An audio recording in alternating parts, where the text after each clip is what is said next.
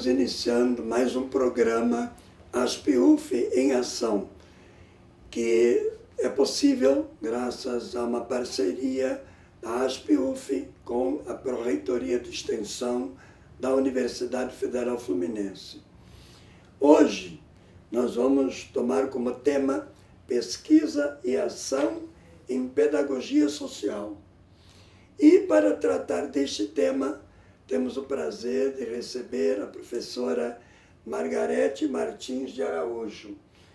A professora Margarete é formada em pedagogia pela UERJ, tem um mestrado em educação pela UF, doutorado em educação pela Unicamp, é professora do Departamento Sociedade, Educação e Conhecimento da Faculdade de Educação da UF. Ela coordena o grupo de estudos e pesquisa sobre pedagogia social e formação de educadores, além de muitas outras referências e atividades.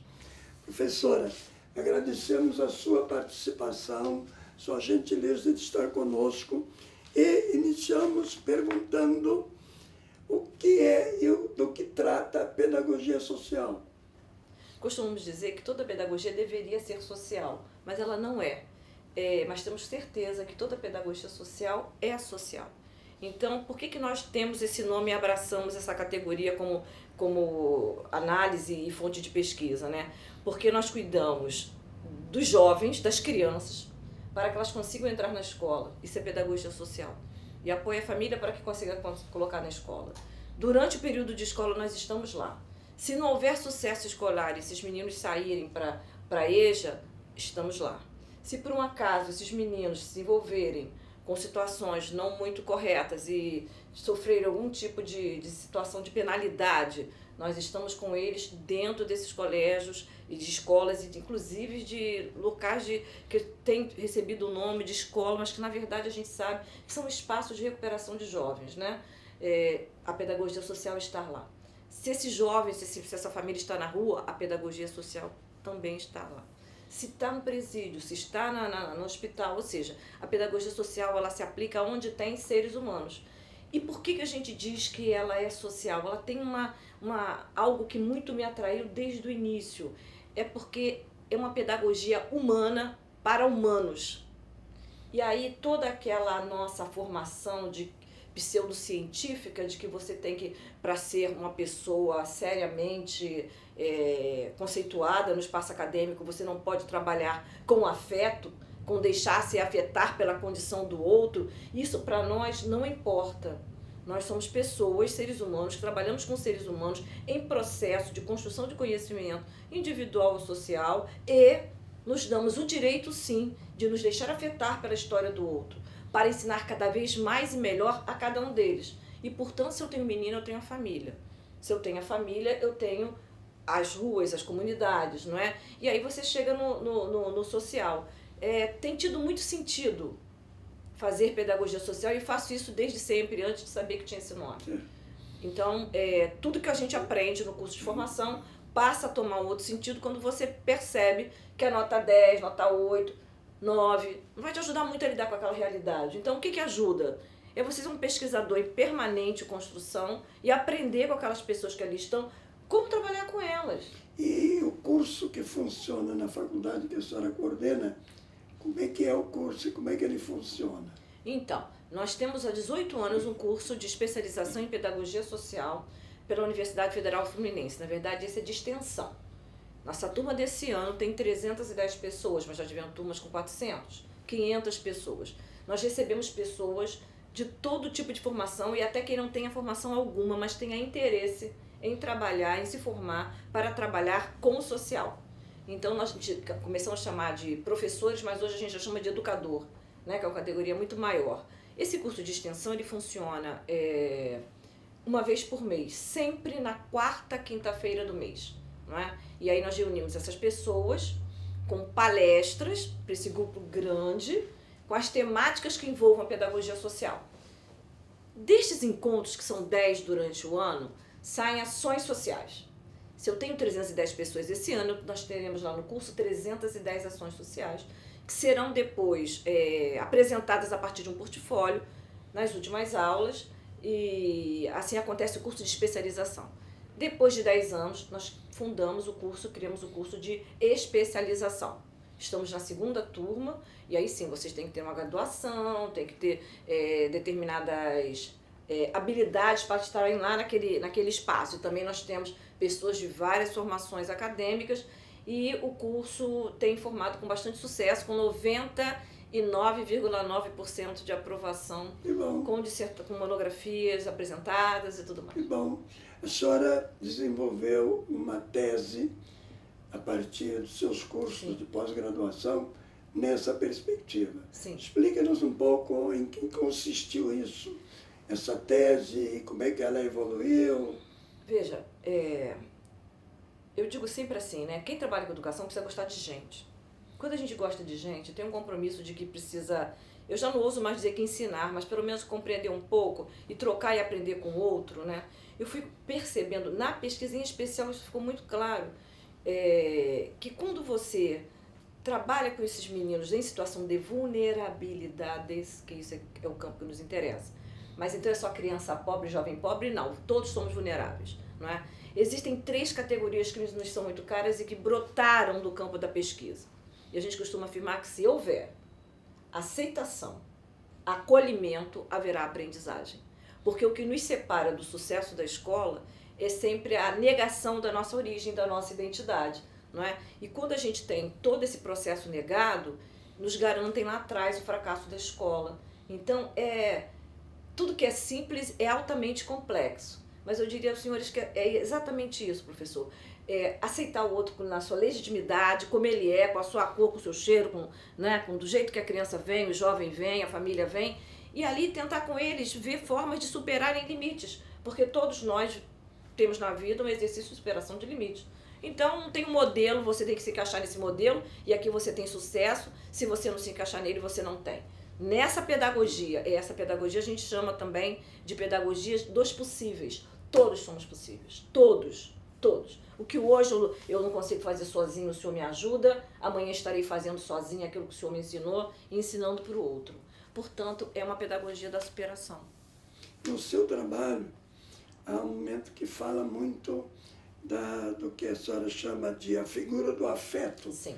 no desenvolvimento educacional. Uhum. Como é que a gente poderia caracterizar mais isso? Uhum. Tá. Tem 2 categorias que eu acho que se aproximam e dialogam nesse momento na pesquisa. A primeira delas é a resiliência, que nós tomamos de empréstimo da física, da área de resistência de materiais, que nós começamos a perceber que esses meninos e suas famílias, sobrevivendo uma noite de massacre numa comunidade, no dia seguinte essa criança... Eu gosto do termo favela. Favela diz mais, inclusive, sobre cultura e do que é. Hoje, no governo atual, se a gente for olhar o que é favela, nós sabemos o que significa. Então, o que é a comunidade. Então, para nós trabalhamos com crianças que vivem, suas famílias que moram em favelas. Favelas com suas histórias, suas culturas, não é? Então, esses meninos, eles desenvolvem a possibilidade, cultura, histórias, memórias, a possibilidade de superação de um sofrimento, não é? Eles sofrem o impacto, eles voltam a ser quem eles eram, acrescidos de toda aquela possibilidade de experiência. Bom, só isso não basta para a pedagogia social poder ajudar esse menino, mas é preciso que ele tenha algo que Boris Cyrulnik chama de figuras de apego. Boris Cyrulnik tem um livro que nos é muito caro chamado Alimentar os Afetos, né? E que é isso, quer dizer, quando eu alimento o afeto de um ser humano, e ele trabalha com jovens refugiados da Bósnia, que o cérebro vai escurecendo, eles usam o termo apodrece, na medida em que ele vai perdendo os laços familiares, ele inclusive para de falar, e as crianças que nós recebemos das favelas são assim, elas muitas vezes perdem a possibilidade de se comunicar com o outro, de tão violentadas em seus direitos que elas foram, e portanto a pedagogia social é uma pedagogia do direito, ela entende a escola como direito das crianças, dos jovens, das famílias, e o nutrir o afeto, a figura de afeto pode ser quem? Um professor, como nós conversamos ainda há pouco, o senhor tanto foi para tantas crianças e jovens, pode ser um irmão mais velho, pode ser um colega, uma madrinha, alguém que diz para ele assim, cara, vai porque eu acredito em você. Na contramão do sistema capitalista que vem nos dizendo o tempo todo que você tem que competir com o externo, com o outro. Não. A nossa pedagogia enfoca que a competição ela é interna.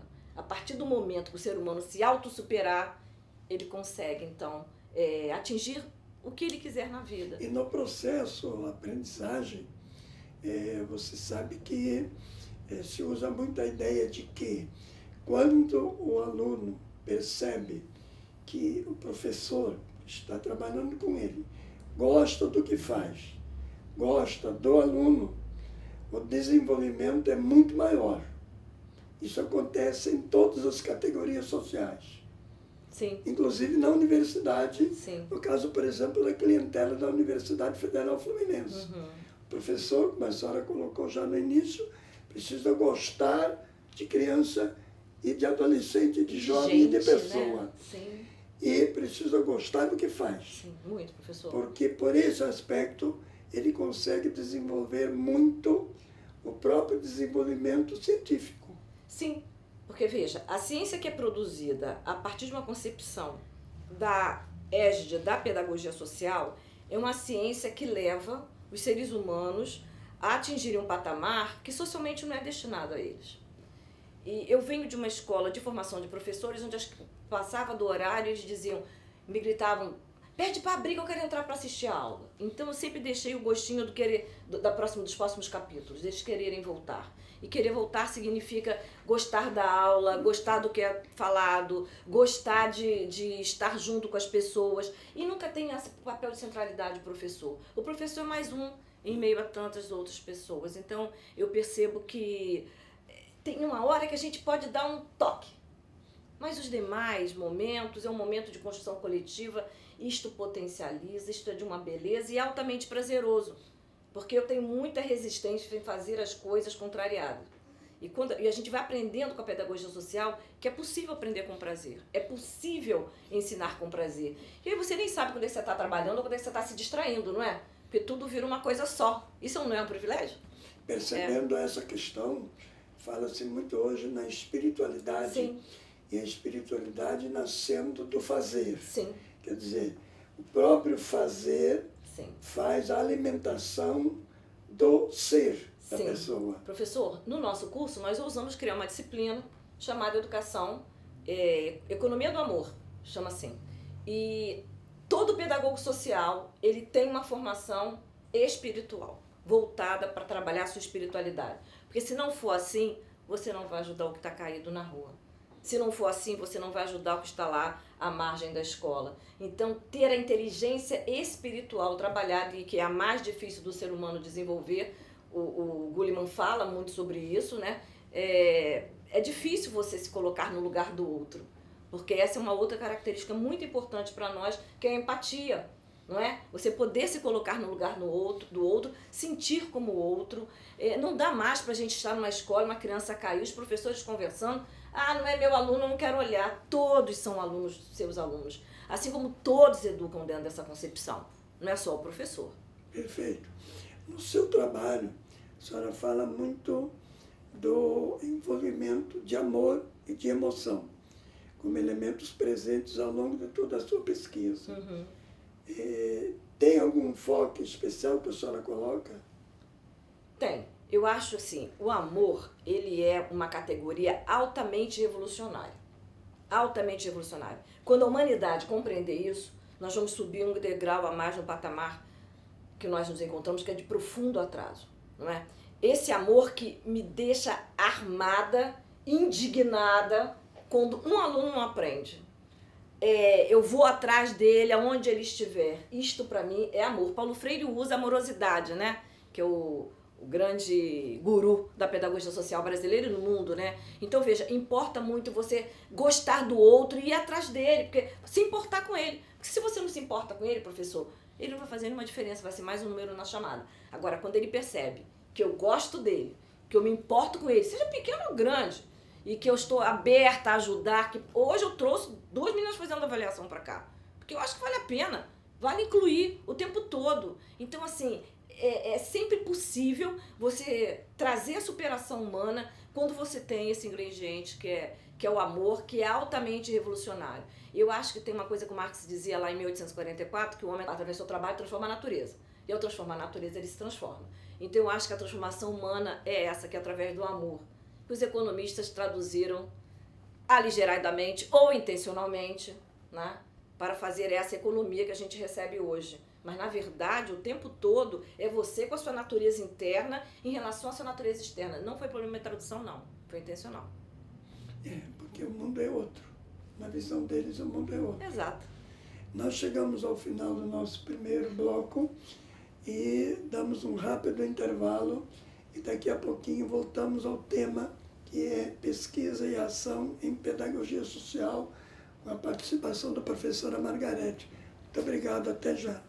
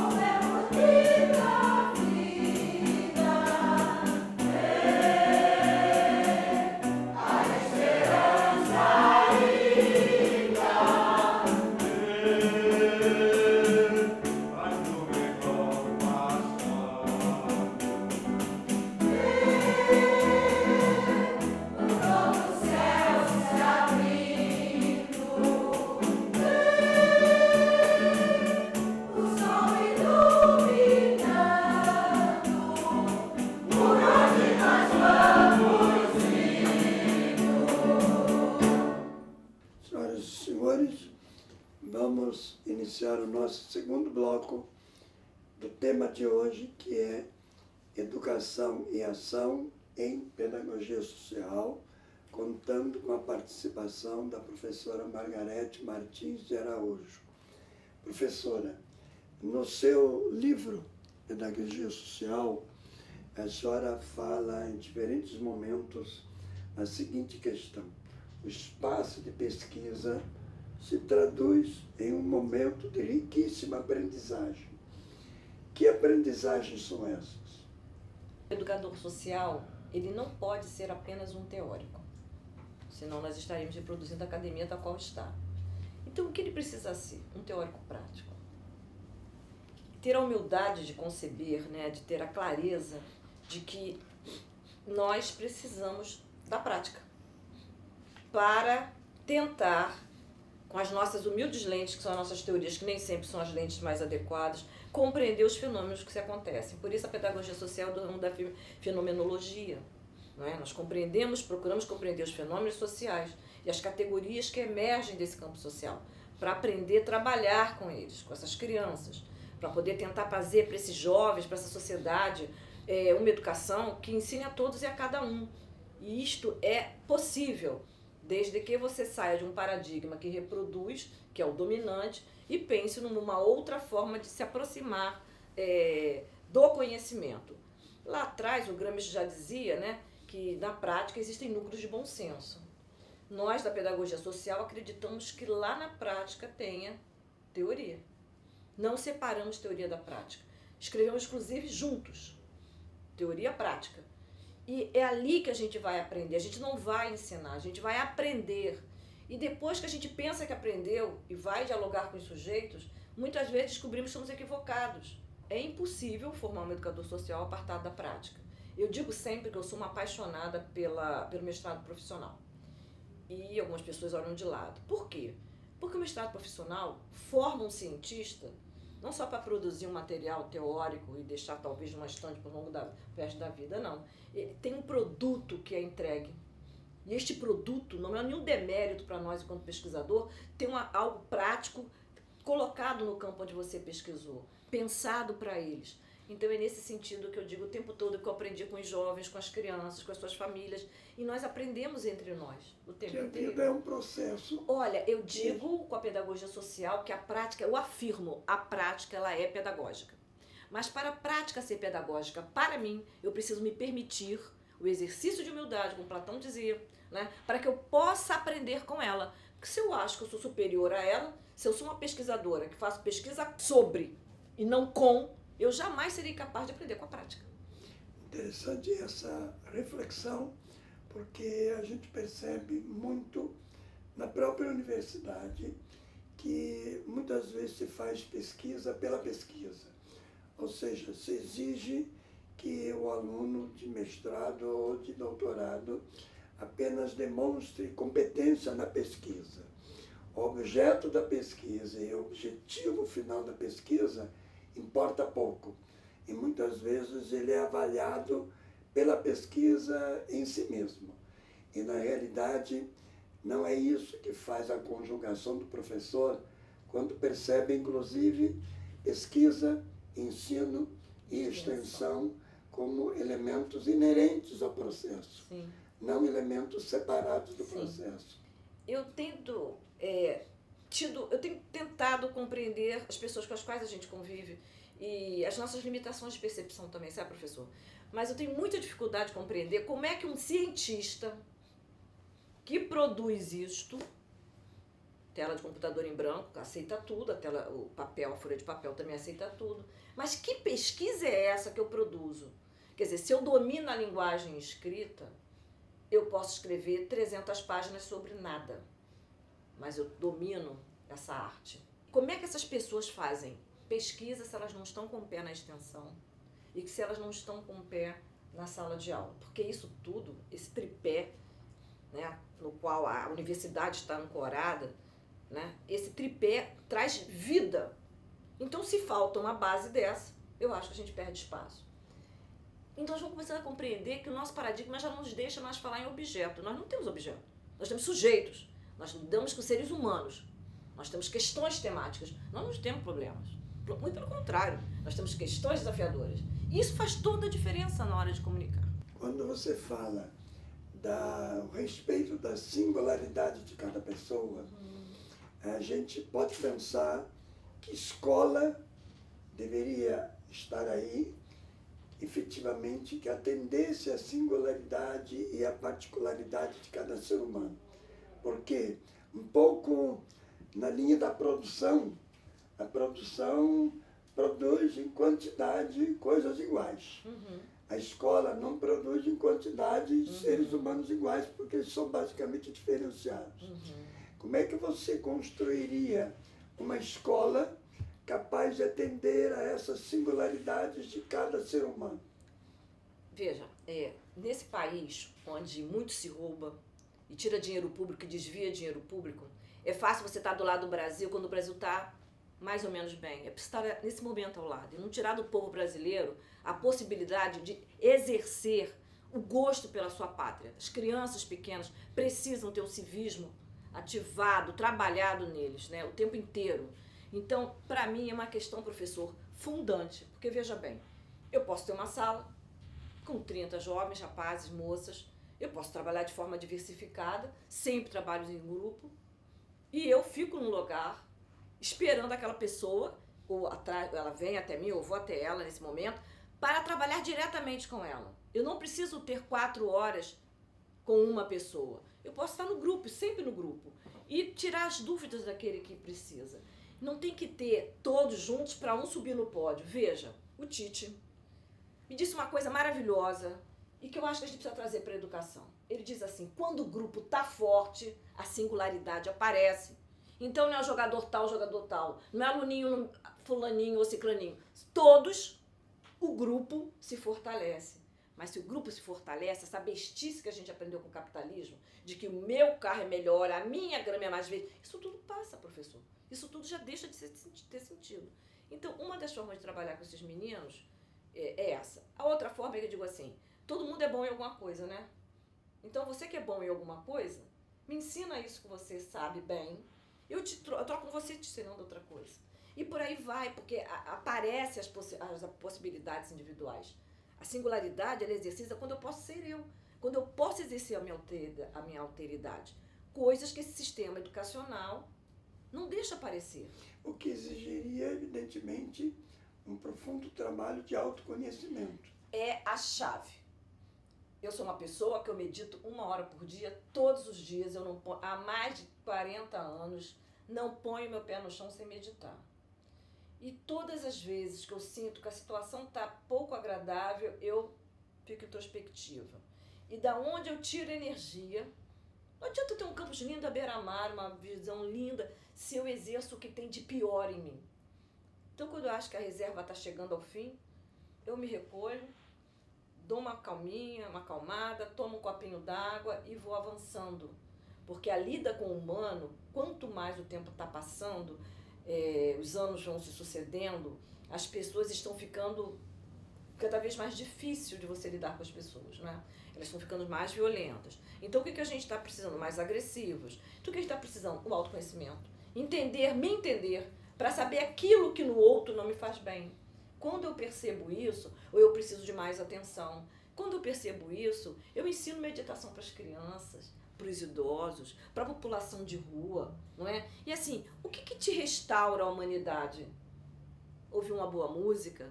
Conversar sobre coisas boas? Olha, é muito mais simples, com toda a complexidade que o simples exige e tem, do que a gente possa pensar. Não tem metodologias elaborantes.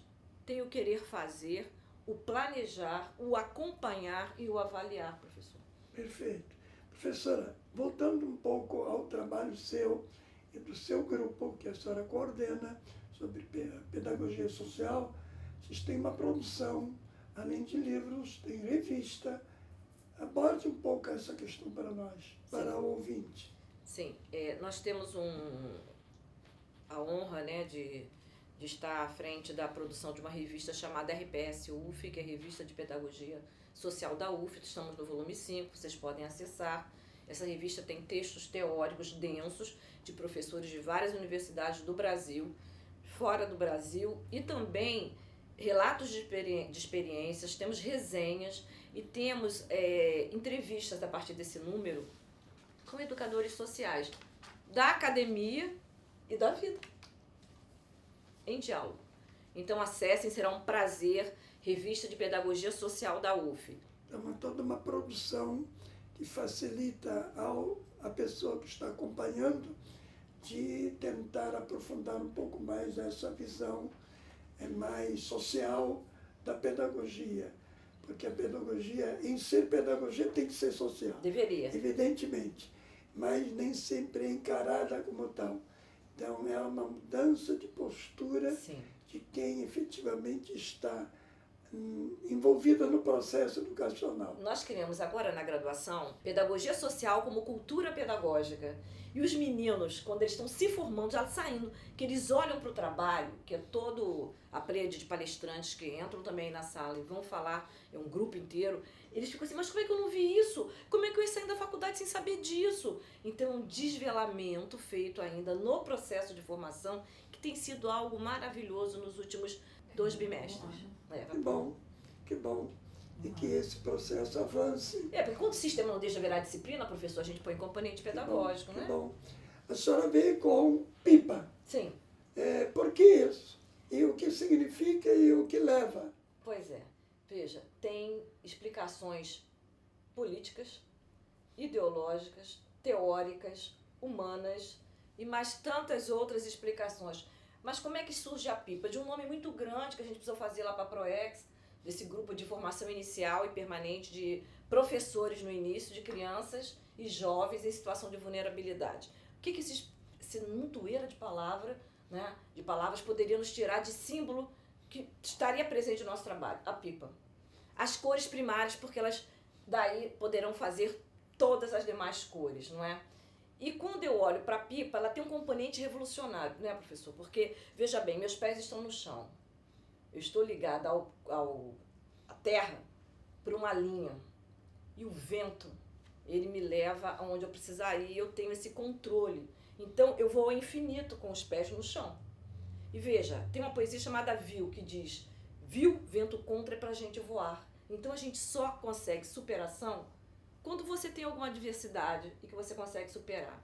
Então, assim, tem um profundo significado humano com as pipas. E quando as pessoas olham as pipas, dizem assim, isso é coisa de criança. Então, ela nos garantiu, por 18 anos, a invisibilidade que nós precisávamos ter. E, na realidade, soltar pipa é prazeroso, é uma arte. E educar é uma arte, sim. Então, soltar pipa, na realidade, passa a ser um pouco uma arte do cotidiano. Do cotidiano. Uma arte da vida. Muito lindo isso, sim. Perfeito? Perfeito, professor. Muito Se a senhora obrigada. tiver mais uma mensagem final que a senhora quisesse colocar. Sim, eu acho que precisamos de educadores sociais em todas as áreas do conhecimento humano. Na saúde, na engenharia, em especial na minha querida educação. Então, venham fazer pedagogia social, porque é bom a beça. Obrigada. Muito obrigado, professora, por sua participação nesse programa sobre pesquisa e ação em pedagogia social. Agradecemos muito. E os ouvintes, ou as pessoas que estão nos acompanhando, podem acessar este programa e outros. Vejam o nosso site na tela, comuniquem-se conosco e nos acompanhem nessa questão de pesquisa, uma vez que estamos trazendo uma sequência de programas sobre pesquisa voltada para o aspecto social. Muito obrigado.